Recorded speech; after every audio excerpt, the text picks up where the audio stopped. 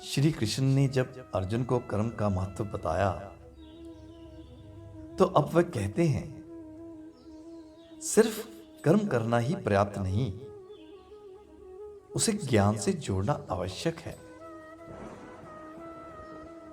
कृष्ण कहते हैं, हे अर्जुन, यह ज्ञान मैंने स्वयं सूर्यदेव को दिया था और वही ज्ञान परंपरा से इस मानव जगत तक आया।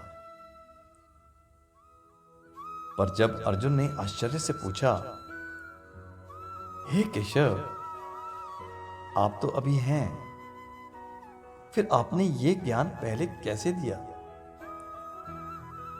कृष्ण मुस्कुराए और बोले,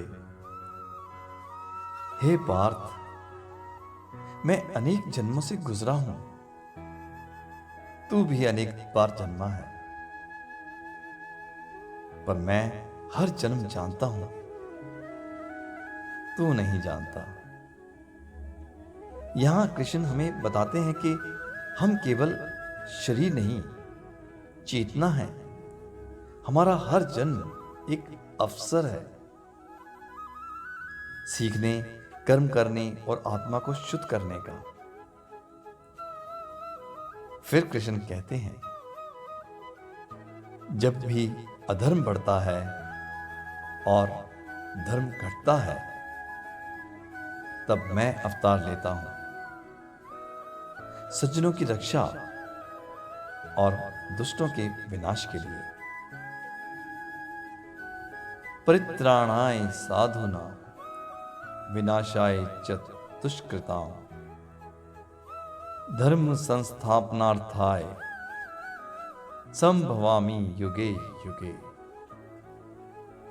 कृष्ण ये नहीं कहते कि वे केवल देवता हैं, वे ये कहते हैं, मैं हर उस हृदय में प्रकट होता हूं जहां भक्ति और सत्य का संगम होता है।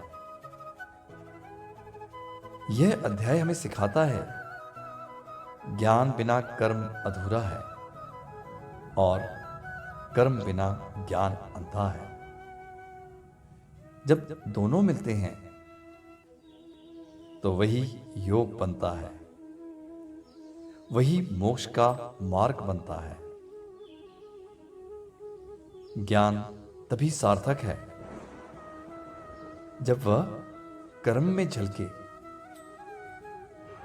अगले अध्याय में मिलते हैं, अध्याय 5, कर्म संन्यास योग में।